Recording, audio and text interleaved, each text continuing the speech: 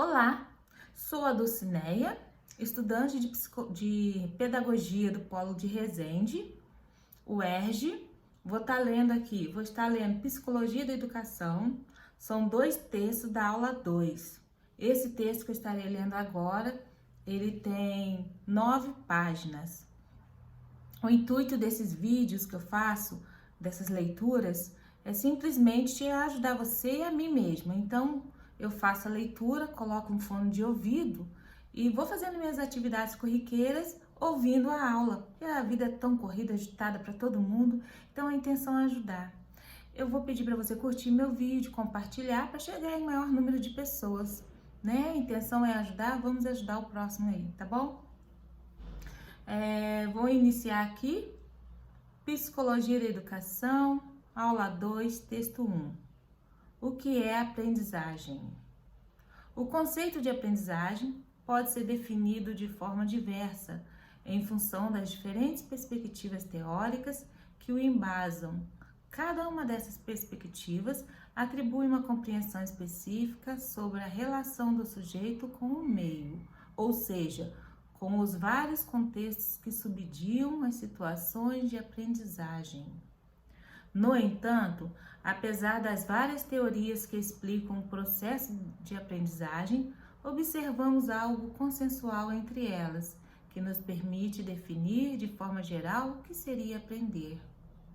Para Lefrançois, 2008, página 6, a aprendizagem pode ser entendida como toda mudança relativamente permanente no potencial de comportamento que resulta da experiência, mas que não é a causa por cansaço, maturação, drogas, lesões ou doença. A aprendizagem é o conceito ao organismo humano e não humano. Como resultado da experiência, as mudanças comportamentais são simples evidências de que a aprendizagem ocorreu. Considerando a citação acima, é importante destacar 2 pontos. A experiência potencializa o comportamento, ou seja, torna possível a sua ocorrência, mas não a determina prontamente. O papel do sujeito na experiência é fundamental. Quando falamos de experiência, tratamos não apenas daquela que é exterior ao sujeito, como, por exemplo, aprender um novo passo de dança ou aprender mais sobre psicologia através de um curso. A aprendizagem também é sensível às experiências internas do sujeito. Através da reflexão, as informações existem na memória, podem ser mobilizadas, permitindo ao sujeito agir, compreender ou entender algo a partir de um novo ponto de vista. Nesse sentido, as experiências internas do sujeito podem auxiliá-lo a continuar uma tarefa, a buscar novos caminhos para resolvê-la, ajudar a planejar uma ação e assim ter um resultado satisfatório ou diferente. Página 2. Isso posto, verificamos que a aprendizagem se mostra como um processo altamente complexo, que rompe com os atendimentos básicos de aquisição de informação e de que há passividade do aprendiz nesse processo. B. A aprendizagem, quando ocorre, modifica o sujeito, permitindo-o estar e agir no mundo de diferentes formas, a partir dos padrões comportamentais aprendidos. Quanto mais ele aprende, mais o sujeito se torna flexível e adaptável às múltiplas exigências do mundo. Por exemplo, quando uma criança aprende a ler, sua leitura é vagarosa e, por vezes, precisa reler a frase para compreendê-la. Quanto mais a leitura é praticada, mais chances surgem para desenvolver a fluência de leitura e permitir que a criança tenha uma compreensão textual de qualidade. Outro exemplo seria o quanto é possível aprender através de uma viagem. Conhecer outros lugares não permite apenas aprender sobre a cultura e costumes de um determinado lugar. Viajar também propicia aprendizagens subjetivas que sensibilizam o sujeito, permitindo ampliar a sua leitura de mundo, auxiliando-o a crescer como pessoa. Afinal, como podemos definir a aprendizagem? Poderíamos defini-la como sendo a consequência de uma experiência vivida pelo sujeito que o permite fazer algo que antes não era possível. Essa consequência representa um novo padrão de comportamento que pode ser observado e verificado pelo outro, tais como as ações que refletem conhecimentos e habilidades, como dirigir um carro, cozinhar, resolver uma equação matemática, falar uma nova língua ou ações que encerram atitudes e conteúdos afetivos como colocar limites nas relações com alguém ou expressar o que pensa com segurança. Oliveira, 2004, página 3. A ocorrência da aprendizagem é sensível a fatores como a singularidade do sujeito, a especificidade do objeto de conhecimento e a qualidade da experiência. Esses fatores merecem atenção, pois o resultado esperado da aprendizagem pode não surgir, em decorrência da influência individual ou integrada desses fatores. Não observar o comportamento esperado não significa que a aprendizagem não tenha acontecido. Ela pode estar em sua forma latente, aguardando o melhor contexto para se manifestar. Buxton, 1940, Lefrançois, 2008. Realizou um experimento clássico onde os resultados obtidos indicaram que as experiências de aprendizagem são capazes de gerar um comportamento potencial e não o comportamento em si.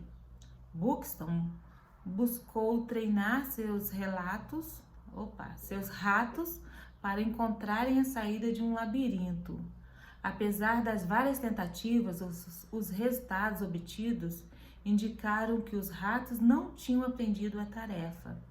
O pesquisador resolveu alterar o contexto do experimento e deixou junto à saída do labirinto um pouco de comida. Essa modificação foi suficiente para que a maioria dos ratos chegassem rapidamente e sem erro à saída do labirinto. O experimento de Buxton é importante para ilustrar que a aprendizagem é sensível ao contexto, ao interesse, à modificação e à singularidade de cada aprendiz e aponta para a existência de ritmos de aprendizagens diferenciados, mesmo diante de uma experiência comum. Buxton considerou que os ratos não tinham aprendido a encontrar a saída, mas bastou alterar um fator do contexto original que os ratos responderam de outra forma, indicando terem aprendido. Tal experimento, mesmo tendo ocorrido na década de 40, mostra-se atual e indica a relevância do contexto para a aprendizagem, principalmente quando falamos da aprendizagem escolar. Se um aluno não aprende, isso significa que o contexto da aprendizagem oferecido pode estar insuficiente ou inadequado. Logo, o professor, visando a aprendizagem dos seus alunos, deve variar as experiências oferecidas para que todos tenham a possibilidade de expressar o que aprenderam, considerando que os aprendizes possuem interesse, motivação e ritmo de aprendizagem distintos, que levam às respostas singulares e que merecem toda a atenção e apoio do professor. Página 4. Isso posto, o professor deve diversificar ao máximo a maneira como deseja verificar a aprendizagem dos seus alunos, para que todos, dentro daquilo que sabem e possam fazer uso do melhor contexto para mostrar aquilo que aprenderam. Psicologia da educação e conceito de aprendizagem. Esse é mais um subtítulo. Segundo Oliveira, 2004, a psicologia dialoga com a educação a partir de dois conjuntos teóricos importantes: as teorias da aprendizagem e as teorias do desenvolvimento humano. As teorias da aprendizagem têm como objetivo categorizar as perspectivas que falam sobre o comportamento humano e suas modificações. Assim, o acesso a essas perspectivas pela educação permitiu a construção de diferentes modelos de ensino-aprendizagem, que embasam as metodologias que hoje são conhecidas. As teorias da aprendizagem são objetos de reflexão e pesquisas da sub-área psicológica da aprendizagem. Sob seu corpo teórico pode ser dividido em dois grupos: as teorias introspectivas e as teorias não introspectivas. As teorias introspectivas subjetivistas buscam explicar os sentimentos, emoções e comportamentos humanos a partir de uma concepção subjetiva que valorizam a mente e o pensamento como elementos importantes para explicar o comportamento. Já as teorias não introspectivas, objetivistas e cognitivistas, por sua vez, em função de terem surgido quando a psicologia alçou um status de ciências no século XIX, com a criação dos laboratórios de psicologia em Leipzig, Alemanha, buscam estudar o comportamento humano de forma mais objetiva, sem grandes considerações aos fatores subjetivos relacionados à mente e ao pensamento. Tonus, 2013. A tabela 1 resume as principais características de cada grupo teórico, bem como seus principais representantes. Então, na página 5 tem uma tabela. Eu vou tentar resumir a tabela para vocês.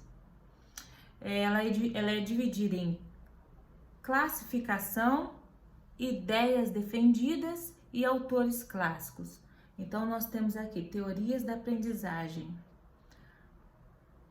Teorias da aprendizagem. A classificação introspectiva, subjetivistas, influência filosófica. A ideia defendida. Então, a ideia defendida de introspectiva é: a consciência seria o resultado de sensações subjetivas, não sendo determinada pelo meio. Os autores clássicos são David, Maslow e Rogers. Já na teoria da aprendizagem, a classificação não introspectivas, ela é dividida em objetivistas, cognitivistas. Objetivistas, o homem é controlado pelo meio e o seu comportamento consiste em um fato observável. Aí os autores clássicos é Pavlov, Chomsky, Watson e Skinner. Skinner, eu já ouvi falar de Skinner. Ele o homem é controlado pelo meio e o seu comportamento consiste em fatos observáveis. Skinner, existe a caixa de Skinner, interessante. Agora, na classificação cognitivista, a construção do conhecimento é um processo contínuo e dependente da relação de interação estabelecida entre o sujeito e o meio. É de Piaget e Vygotsky, os autores clássicos. Então, ficou a cognitivista. A ideia defendida é que a construção do conhecimento é um processo contínuo e dependente da relação de interação estabelecida entre o sujeito e o meio, de Piaget e Vygotsky. Página 5. Característica da aprendizagem. Aprender consiste em uma atividade que pode ser verificada no homem a partir do seu nascimento e se encontra potencialmente presente ao longo de todo o seu ciclo vital, percorrendo todas as fases do desenvolvimento: infância, adolescência, fase adulta e a terceira idade. O único limite natural à aprendizagem é a morte do indivíduo. Logo, enquanto há vida, um contexto desafiador e um indivíduo interessado em aprender, há infinitas oportunidades de aprendizagem. A aprendizagem tende a ampliar o padrão de um comportamento do indivíduo, permitindo-o agir de modo mais eficiente nos diferentes contextos que interage. O fato do homem ter aprendido a usar as novas tecnologias da informação e comunicações fez com que ele pudesse realizar suas atividades diárias com muito mais eficiência e funcionalidade. Através dos diversos aplicativos presentes no celular, é possível fazer ações bancárias, verificar e enviar mensagens ou fazer consultas acessando a internet. Tal aprendizagem gerou uma infinidade de possibilidades e alterou qualitativamente o seu comportamento, fazendo com que surgissem novas formas de ação no mundo contemporâneo, cuja essência é o dinamismo. Gomes, 2014. Página 6.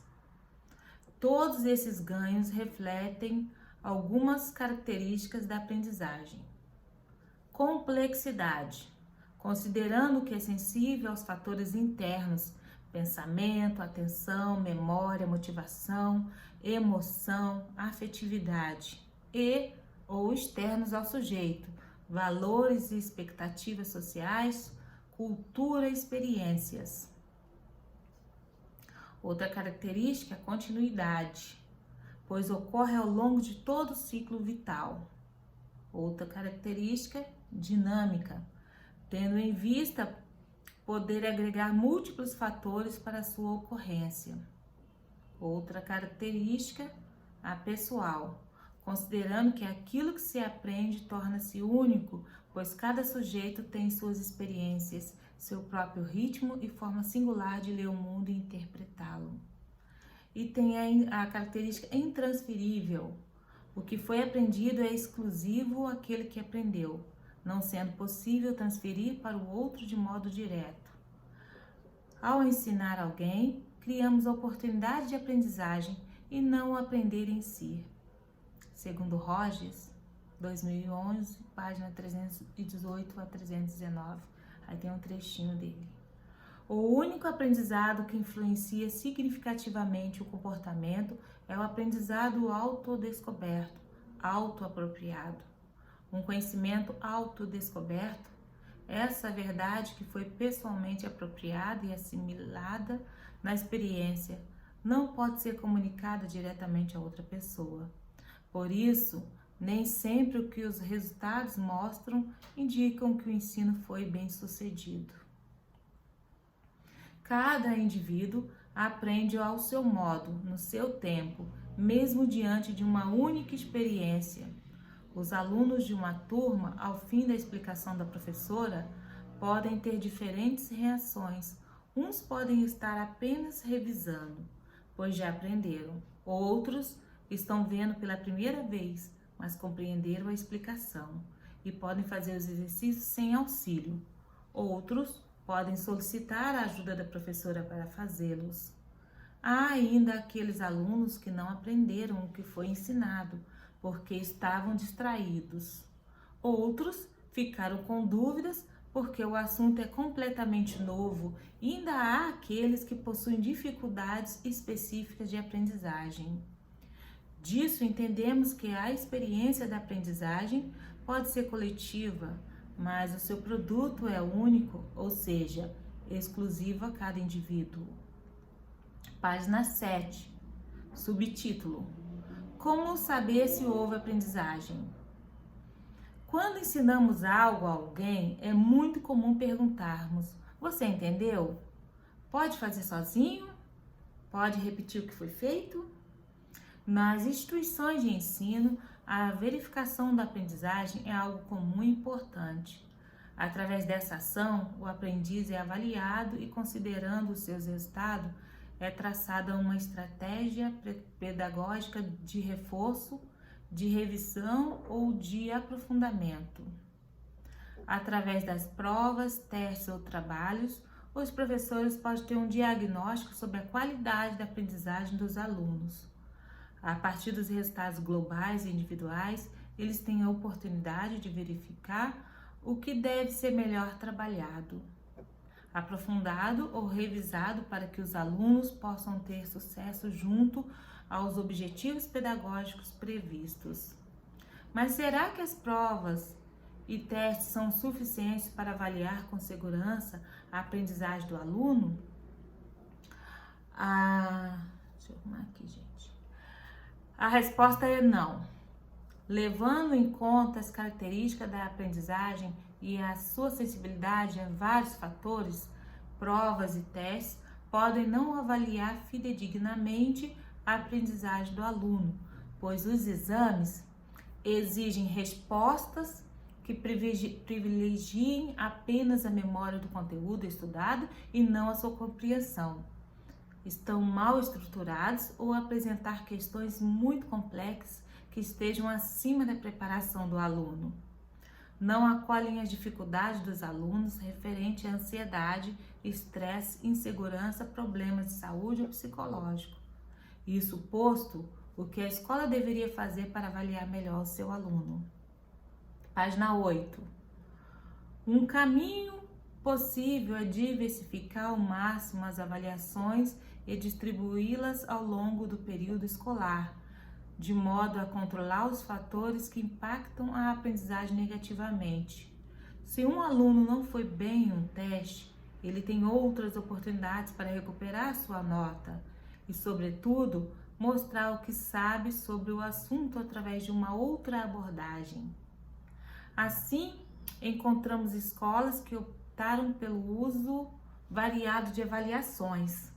Algumas escolas empregam de forma sistemática trabalhos em grupo e individual, trabalhos multidisciplinares, exercícios dirigidos, testes e provas. Outras priorizam o uso de avaliação qualitativa, voltadas para a relação do aluno com o seu processo de aprendizagem. Isto é, o quanto se dedica às atividades de estudo, como participa nas aulas e nos grupos de trabalho. Há ainda as escolas que optam por conjugar avaliações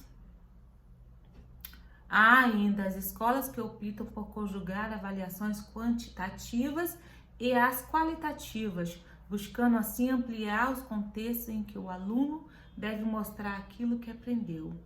Enfim, esse processo encontra-se em franca construção, onde observamos uma reflexão constante dos professores sobre o assunto, onde buscam verificar a aprendizagem dos seus alunos da melhor maneira possível. Sendo assim, a aprendizagem, dependendo do contexto que a promova ou avalie, pode restar em seu estado latente, tal como verificamos no experimento de Buxton. Por isso, é fundamental olhar para o processo de aprendizado com cuidado e buscar proporcionar aos alunos diferentes perspectivas de aprendizagem para que possam mostrar o que sabem de formas distintas e, assim, serem estimulados a aprender através de uma prática que valoriza o processo de aprendizagem em toda a sua essência.